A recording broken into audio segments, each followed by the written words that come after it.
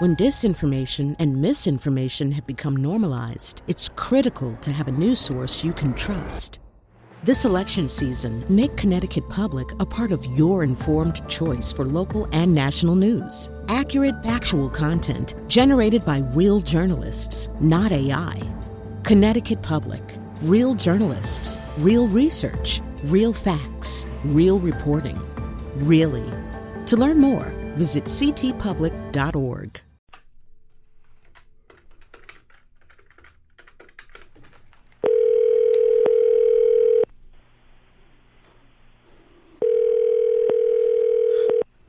Hello? Hey, Ryan. How's it going, man? Hi, how are you doing? I'm doing good. You remember Ryan McMahon.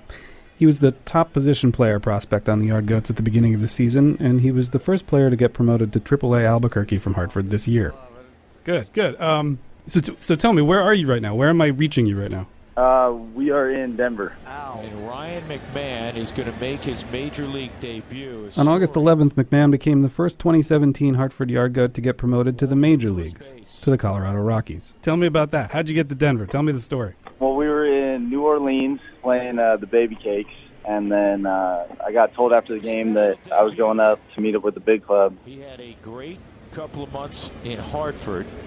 So much so that he was moved up to AAA Albuquerque. It was really funny, actually. The manager, Glenn Allen Hill, called me in and was kind of giving me crap for my base running because I had recently gotten thrown out at home. And he's like, we got to work on that. You can't be making those mistakes when you go up to the big leagues. And that was it. Hill just kind of let that hang there in the air until McMahon got it, that he was being called up to the Rockies. Yeah, apparently that's how he does it a lot. That's like the Glenn Allen Hill way of doing it. You know, all he did in Albuquerque was hit 375. Overall, 354 this year. It's been an extraordinary season for Ryan McMahon. I talked to McMahon on the last day of his first stint in the bigs. And there's the first big league hit for McMahon. What a time for it. A sharp single on an 0-2 pitch. And the Rockies have two men on and nobody out. It's interesting getting thrown in with this team, obviously, that's in a playoff push and in the hunt for a playoff position, so it's down to business, man.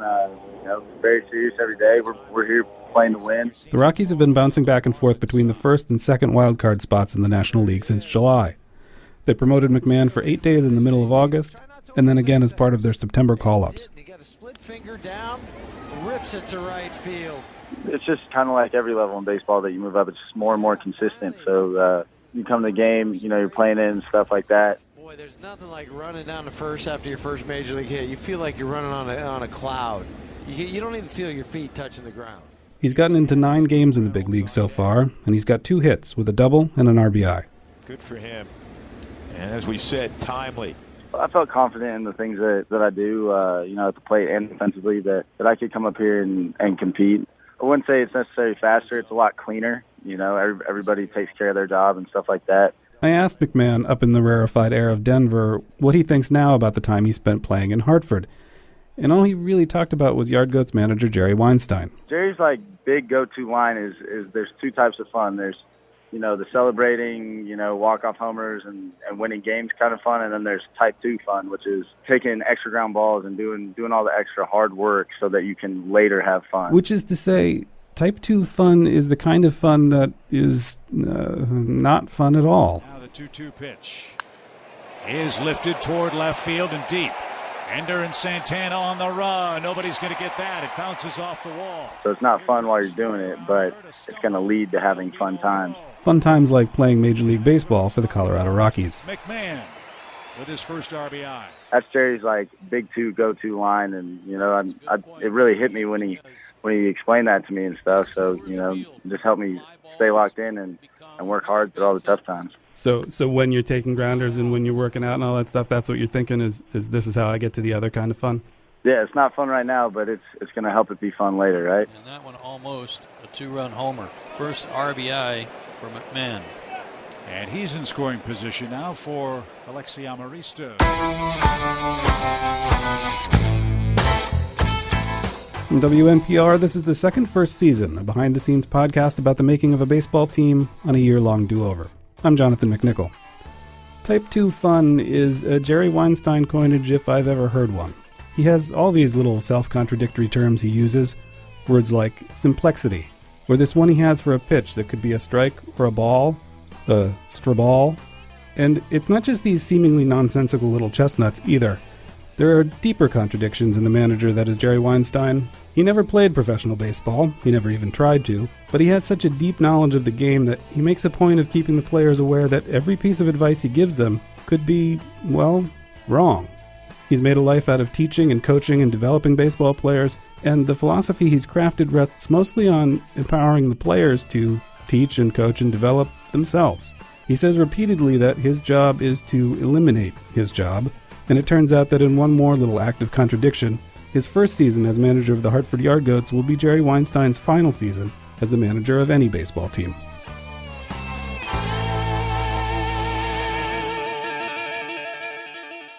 There's no question Jerry's forgot more baseball than I'll ever know. This is Chris Forbes, manager of player development for the Colorado Rockies. He's extremely detail-oriented. He's got a great field awareness and vision of the field. Obviously, it takes quite a bit of time to acquire that. When Forbes says quite a bit of time, he's kind of underselling it. Jerry Weinstein's first year as a professional baseball coach was 1966, when he managed UCLA's freshman team. That's 52 seasons ago. Well, if you count, like I was 15 and playing Pony League in West LA and coaching Little League in Beverly Hills. If you count that, it's even more. Yeah. Weinstein is 73 years old. The last he played was in college, and he looks like he's still in great shape, but at the same time, he's slight. His uniform pants hang loose. He's 5'7", a small guy with thick-rimmed glasses. In a dugout full of big, young baseball players and big, middle-aged former baseball player coaches, Weinstein almost looks like he doesn't belong. The intriguing thing about Jerry is he's a lifelong learner, and he can look at a different angle on things, and he can pick up a new drill, or he can pick up a new terminology. He's managed or coached at pretty much every level, high school and college, the minor leagues and the major leagues, the Olympics. This year he managed Team Israel at the World Baseball Classic. He is always polishing his craft. He is always learning something. Weinstein has been in the Rockies organization for 11 seasons. He coached in the majors, but Double-A is the highest professional level where he's ever managed a team. Still, Jerry Weinstein is maybe the only yard goat I've talked to who really isn't trying to get to the big leagues. I've been there and done that. And it was my desire to come back to the minor leagues because it's not about me winning and building my resume and climbing on the shoulders of the players. It's basically my job is to eliminate my job and to help the players achieve what they want to achieve. So I think that with the young guys, they have so much room to improve that you can have a greater impact. He just points stuff out that you're like, wow, he's just, the knowledge of the game that he has is unbelievable. This is Dom Nunez, a catcher on the Yard Goats. You sit back, come in the dugout, and you sit back, you're like, yeah, that is different to look at it from that perspective. So, well, it's kind of like guided discovery.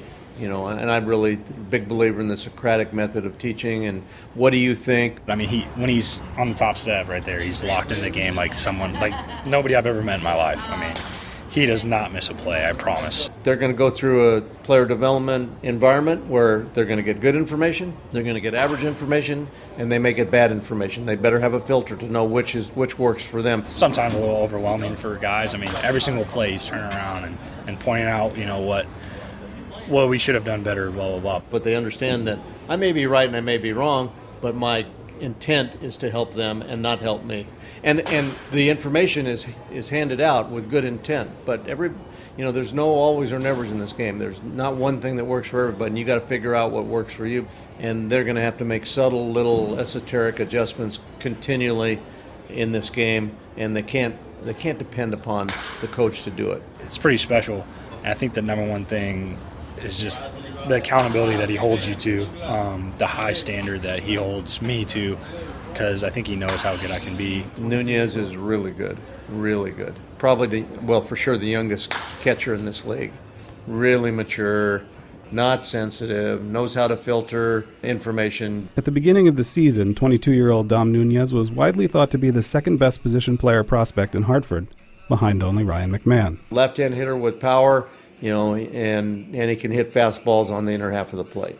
And people know that. It's the "and people know that" part that's really shown up in Nunez's performance this season. And so, consequently, they pitch him away and throw him a lot of off-speed pitches away, and he has not yet mastered the ability to handle that type of pitch.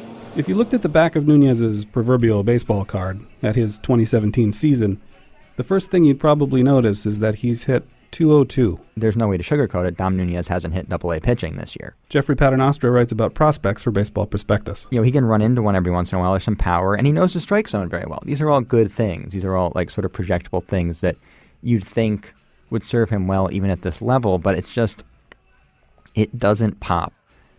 And from what I've seen, there's not a ton of bat speed. The contact's not particularly loud. But the thing I keep coming back to is catchers are weird.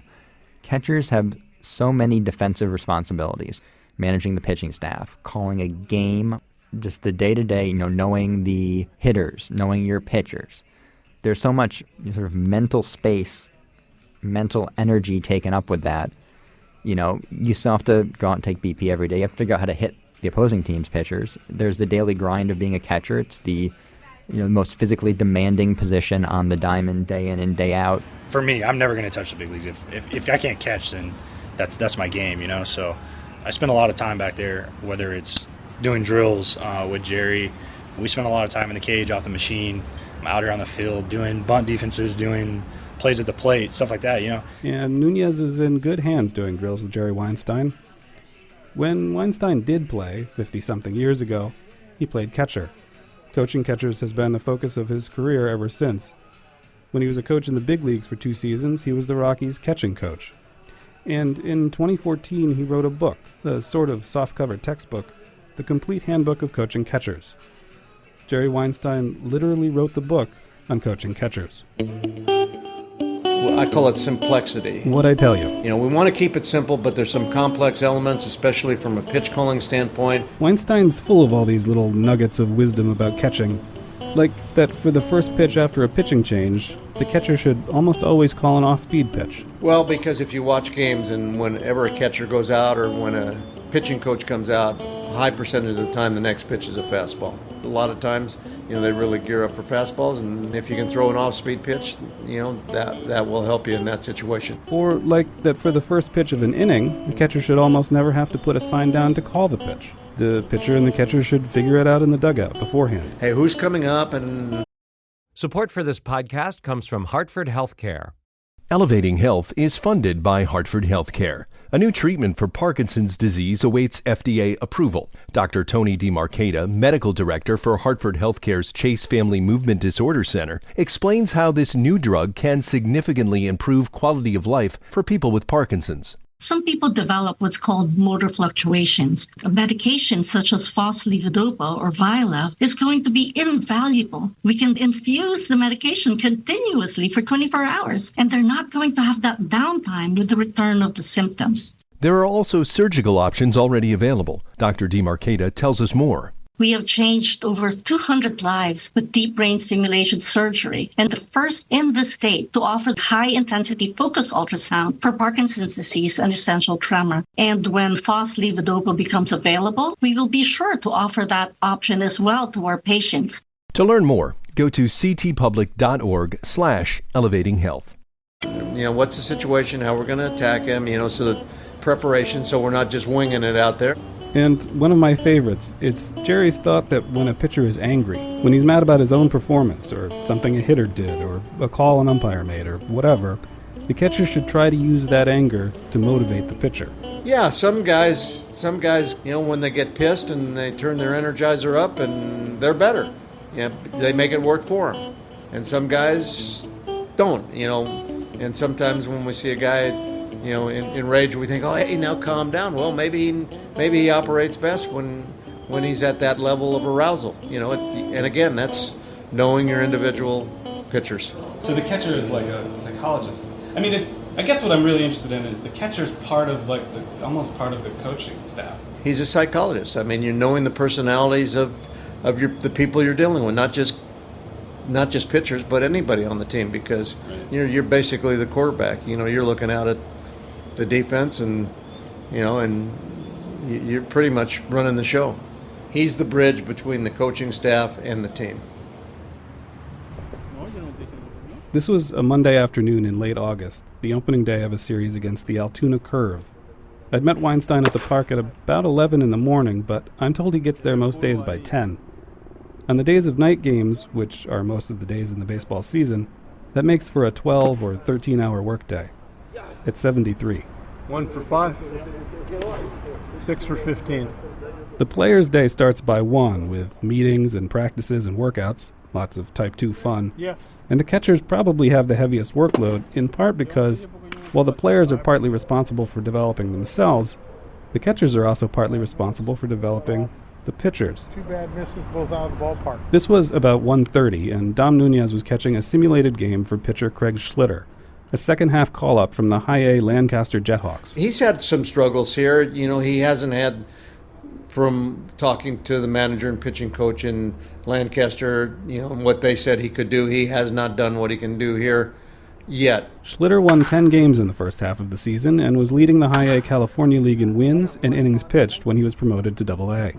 After the call-up, he had an ERA over 10 over 8 starts. He hasn't had good location, and quality of his pitches have not been great, and he's been working. When he's gone out there, I think command's been a little off. You want every guy that you catch to do good, and even if they're having rough days, they don't have their best stuff, your job just becomes that much more important to try and get them through however many innings we can get through and keep the game in reach. And so Nunez and his manager and some other guys are out early in the afternoon working with Schlitter on his command. 7 for 20.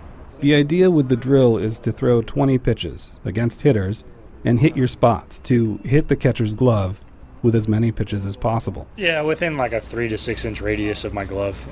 Maybe in high A and low A, when you miss your spot, you get away with it a little bit more.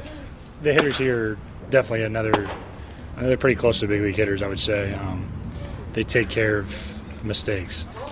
Also, zones are bigger too. I think umpire zones are smaller at this level. I know they are because being behind the plate, definitely a little bit tighter.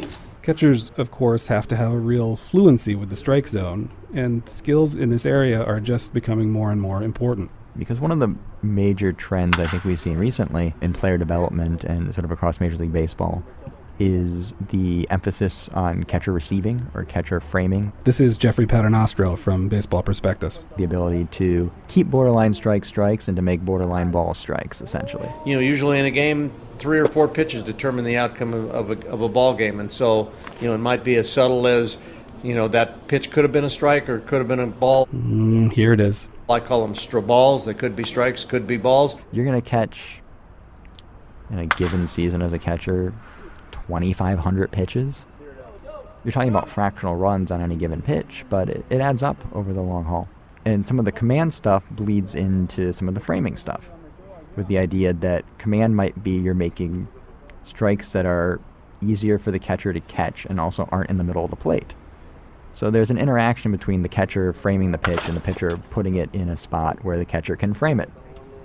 Essentially what we're talking about is fooling umpires, but to present the pitch as a strike, or in some cases present a strike as a strike and not make it look like a ball, the actual physical tools, soft hands, the way you receive, the way you move your body as the pitch comes in, even the way you set up for it. He's a really good pitch catcher. He gets a lot of marginal pitches, especially low balls for strikes now, because we do the metrics on him. He's one of the best guys, if not the best guy in our organization. Now he's starting to get the high ball. He's catching a little bit more up to the plate and manipulating it into the zone. So there's 134 catchers in Double-A baseball this year. Dom Nunez, by our numbers, ranks 4th in his defensive contributions. And a lot of that, the vast majority of that, is tied up in his ability to frame strikes.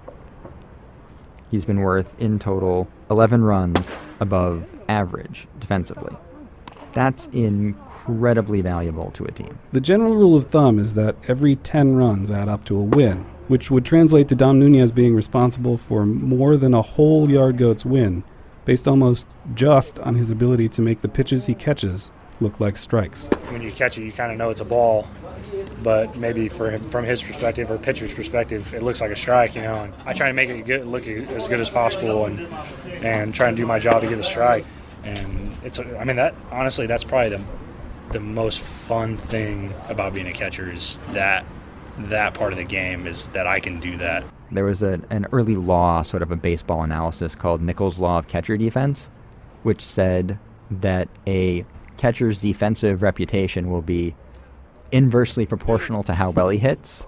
Sort of the idea that if this guy doesn't hit, well, he must be a good defensive catcher, or why else would he be playing Major League Baseball? And it was kind of seen as a snarky thing. Well, as it turns out, that is in many cases true. But still, a .202 batting average is a .202 batting average. I asked Chris Forbes from the Rockies what they're thinking about it. He's doing a very mature thing at the plate, being able to separate at bats from what he does behind the plate. And even at the plate, I like where his swing is at. He's seen the ball well, taking his walks, so it's just probably hopefully a matter of time before we get him to where he feels comfortable and consistent. I don't even know if you would answer this question, but I'm going to ask it anyway. Are you worried at all? No, not right now. I mean, I'm pretty comfortable telling you I don't think Dom Nunez is going to be an above-average Major League hitter. I'm less comfortable telling you he's not going to be an above-average Major League catcher. But there's 30 Major League catchers, man, and it's a very difficult job to fill. And the fact that Dom Nunez can even do it in Double-A, I think says something about him as a player.